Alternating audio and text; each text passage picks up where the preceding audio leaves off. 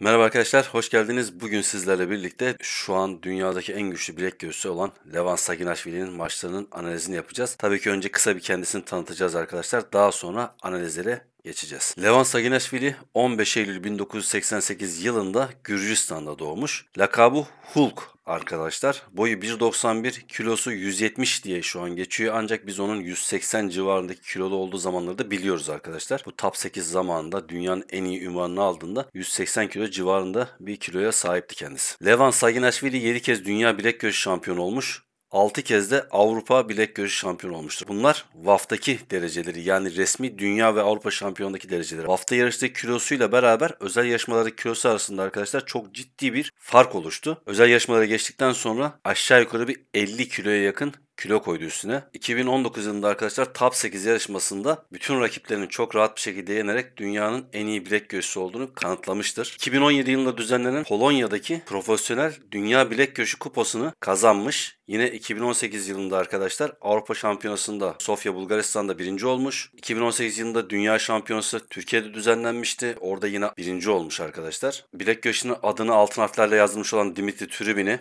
yani ağır set dünya şampiyonu Andrei Pushkar'ı defalarca yenen Dimitri Trubin'i 6-0 yenmiştir. Top 8 birçok ülkede ayrı ayrı yapılmıştır. Bunlardan 2019 yılında Malezya ayağında Tim Breston'la karşılaşmış ve onu orada 6-0 yenmiştir. Bir diğer ayağı olan Çin'de yine Ongarabeyev'le karşılaşmış ve onu yine orada 6-0 yenmiş arkadaşlar. Top 8'in finali Polonya'da yapılmış. Orada da Vitali Laletin'le karşılaşmış ve yine onu orada 6-0 yenmiştir arkadaşlar. Yapmış olduğu kişilerin hepsi kendi sikletinde dünya şampiyonu olmuş ve altın harflerle kendilerini tarihe yazdırmış olan sporculardı. Hepsinden çok daha kuvvetli olduğunu zaten kendisi kanıtlamıştı arkadaşlar. İsterseniz arkadaşlar çok fazla uzatmadan analizlerimize geçelim. Arkadaşlar bu maçta Levan yine Gürcü bir rakibiyle maç atıyor ve rakibi gerçekten çok güçlü bir sporcu ve kendisinden daha da uzun. Levan'ın 1.91 olduğunu düşünürsek rakibi ona göre bayağı uzun bir sporcu. Ve kol boyu avantajını burada güzel kullanıyor. Başlatalım isterseniz.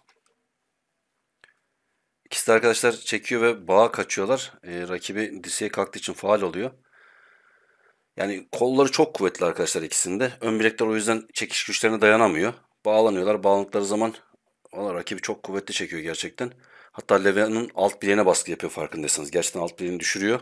Ama şu kısmını çeviremiyor. Şu kısmını çeviremediği için, yani hiç içeri bükemediği için de Levan bu baskıya devam edebiliyor aynı anda. Levan eli taşıyor. Rakibin eli bozulmuş pozisyonda. O yüzden avantajı tabii ki kendisi alıyor. Arkadaşlar bir diğer maçı Dimitri Trubin ile, burada Levan Saginashvili 160 kilo.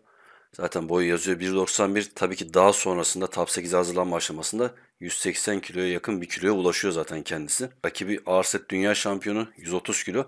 Tabii burada kilo avantajı çok önemli arkadaşlar güç sporlarında. Levan'ın diğer sporculara karşı biraz da bu kilo avantajını iyi kullanıyor. Kiloya bağlı olarak tabii ki elleri kolları da ona göre daha kaba oluyor arkadaşlar. Hemen başlatalım. Yine çekiyorlar arkadaşlar. Bu tarz şeylerde böyle kollar çok kuvvetli olduğu için ön bilekler zayıf kalıyor. Dimitri Trubin gayet güzel aslında açıyor ama eli farkındaysanız açılıyor arkadaşlar. Şunu bir daha başa alacağım. Daha iyi gözüksün diye.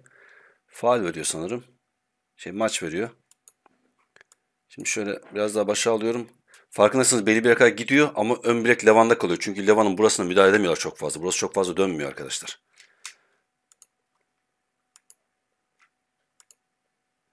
Şurada farkındaysanız gidiyor. Aslında belli bir seviyede açıyor onu. Ama el tamamen boşa çıkıyor. Çünkü kendi kaldıraç gibi aşağı bastığı zaman Levan, şuradan kaldıraç gibi aşağı doğru bastığı zaman burası da dönmediği için herkesin alttan eli ön bileğe dağılıyor. Tabii ki daha sonra 180 kilolara çıktığında bu şekilde olmuyor. Herkesi çok rahat yenmeye başlıyor. Şu kısma dikkat edin arkadaşlar. Burası hiç dönmüyor. Hep buradan olayı bitiriyor. Sonra zamanla toparlayıp ön bileğini bozarak alıyor. Maçı veriyor. Diğer maçları yine aynı şekilde belli bir yere kadar gidiyor. Yine Levan'ın burasını müdahale edemiyor, bozamıyor. Şurayı bir daha alacağım arkadaşlar.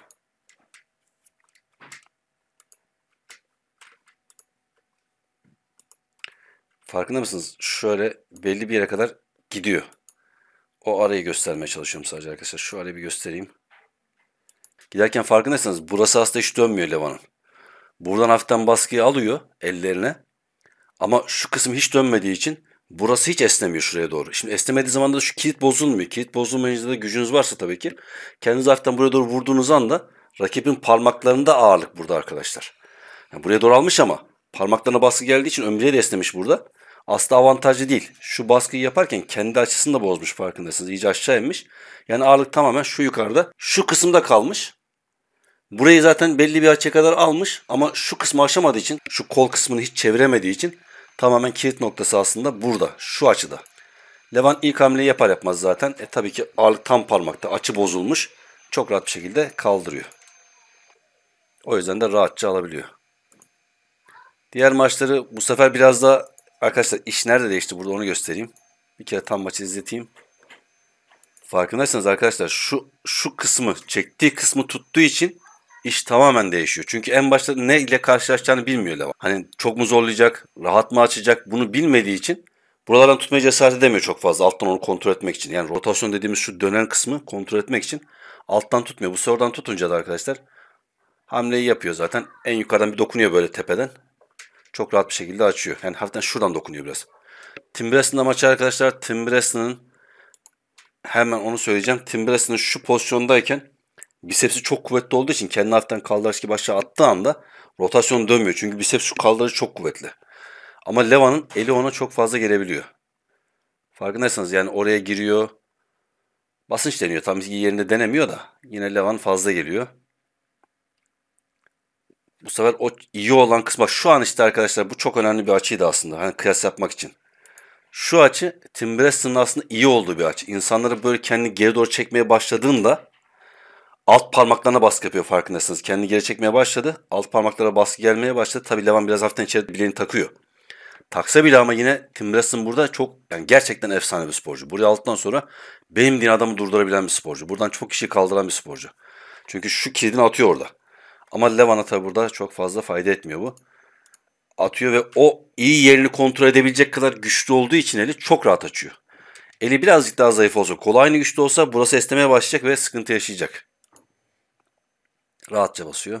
Arkadaşlar Gennady ile maçı. O da Gürcü bir sporcu. Gennady Arset dünya şampiyonu ve hem çekebiliyor, hem yan baskı yapabiliyor, hem eklem basıncı yapabiliyor, ölü bilekte maç atabiliyor. Birçok fonksiyonda maç atabildiği için avantajlı ve Levan'ı tanıyor arkadaşlar. Levan'ın eksik bölgelerini bildiği için ona göre maç atıyor. Burada da gayet böyle Levan'ın açık olan bir yerine doğru maç atacak. Hemen başlatayım. Levan aslında iyi pozisyonda istediği gibi alıyor. Gene de şu eklem yan baskısını taktığı için belli bir yere kadar açılıyor arkadaşlar. Daha sonra toparlanıyor. Çünkü Levan iyi noktası aslında burası. Yani yana doğru böyle güzel giden bir sporcu. Ama tabii ki rotasyonun üstüne hani elinizi üstüne kapanıp rotasyonu etkisiz hale getirirseniz bu şekilde maç ortada kalır. Levan iyice böyle artık alt bileğinden tutmaya başladı farkındaysanız arkadaşlar. Çok güzel yapıyor bunu. Yani buraya doğru giderken biraz da kolu kaba olduğu için eli düşüyor arkadaşlar. Yani böyle giderken kolay kolay düşmez. Tabii Levan'ın kolu kalkıyor ve maçı alıyor. Daha sonraki maçlar arkadaşlar o 2016 yılıydı. Bu sefer düz gitmeye çalışıyor. Yine aynı şekilde rotasyonu yakalıyor Gennady. Gennady buradan aşağı doğru baskı yapabildiği için şu konu noktada devam edebiliyor arkadaşlar. Bilek güçüne bazen beklemek gerekiyor. Acele etmemek gerekiyor. Çünkü buranızı kaptırmışsanız eğer buradan sürekli acele ederseniz hani bu noktada değil de şu noktada direkt acele ederseniz rakip zaten buraya kapandığı için eliyle burayı kontrol edip üstüne kapandığı için her seferinde kendi şu açınızı bozarsınız. Şu aradaki açınız bozulur ayrılmaya başlar. Nitekim burada Gennady de aynı sıkıntıyı yaşıyor. Kazimir Kostadinov ile maçı arkadaşlar. Tabii ki bunlar biraz daha Levan'ın daha düşük kilolardaki maçları. Yani tabii ki burada Krasim'e göre kilosu çok yüksek ama standart kendi en iyi haline göre kilosu çok aşağılarda burada arkadaşlar. Krasimir çok iyi basınççı. Hatta 90, 100, 110, artı 110'larda dünya şampiyon olmuş bir sporcu. Tamamen farkındaysanız şurasını atıyor arkadaşlar. Yine Levan'ın zayıf olan noktası. Yani şu kısmını dolanmaya çalışıyor. Levan'ın burasını çevirmeye çalışıyor burada. Biraz da spinasyonu içeri katmış. Yani şöyle duruyor biraz içeride. Ve alttan tutuyor. Alttan tutması arkadaşlar buradan Levan'ın hareket etmesine müsaade etmiyor. Yani farkındaysanız aslında avantaj olarak Levan da gözüküyor. Çünkü şu kilidini atmış. Ama buradan Krasimir çok iyi bir sporcu gerçekten. Tabii Levan'ın son halleriyle maçları var. Levan hiç hissetmiyor bile. Ama biz tabii ki buradaki maçın analizini yapacağız. Her baskıda burasını esnetiyor Levan farkındaysanız. Her buraya baskısında burası esniyor aslında ve burada tamamen kendini açıyor. Dirseğe çıktığı için de faul oluyor.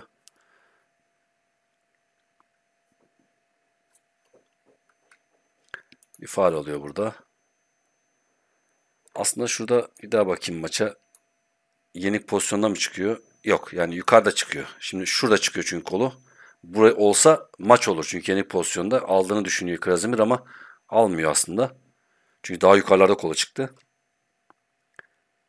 Böyle başlangıç son arasında arkadaşlar 3'te 1'lik kısımda faul aldığınız zaman o pozisyonda maç olur. Levan çok boğumunu yiyor. Çok fazla alttan tuttuğu için, şuradan tuttuğu için parmak daha şeyde kalıyor. O yüzden boğumu çok fazla yiyor ve düşmek zorunda kalıyor. Çok istediği gibi başlayamıyor burada. Yine çektiği yeri tutuyor. Farkında mısınız arkadaşlar? Yani şu kısma çekiyor ve o da gitmesine izin vermiyor. Şurayı bir daha alacağım. Çünkü orada acaba değdi mi değmedi mi ben bir tereddüte düştüm. Hakem bizim Türk bir hakem. Değmiyor. Şurada sanki bilek kısmı, tabii açı da çok önemli arkadaşlar. Şimdi biz biraz da hafiften bir yukarıdan bakıyoruz burada. Bu bilek kısmına bir bakacağım. Acaba yani biraz daha inmesi gerekiyor sanki. Biraz daha, çünkü bizim açımız biraz daha yukarıdan daha çok değiyor gibi gözükür. Şimdi burada sabreden taraf biraz hangisiyse o kazanacak arkadaşlar. Yani çünkü baktığınız zaman Levan'ın şu kısmı kilidi var. Bu kilidi ama hani Krasimir daha çok ileride olduğu için, daha ilerlerden böyle rotasyonu kaptığı için, hani böyle olsa işler biraz daha değişebilir. Daha ileride duruyor. O yüzden her baskısında aslında Krasim'in eline dolanıyor. Rotasyonu kaybederek. Şu an biraz sabreden, tabii Levan biraz acele ediyor.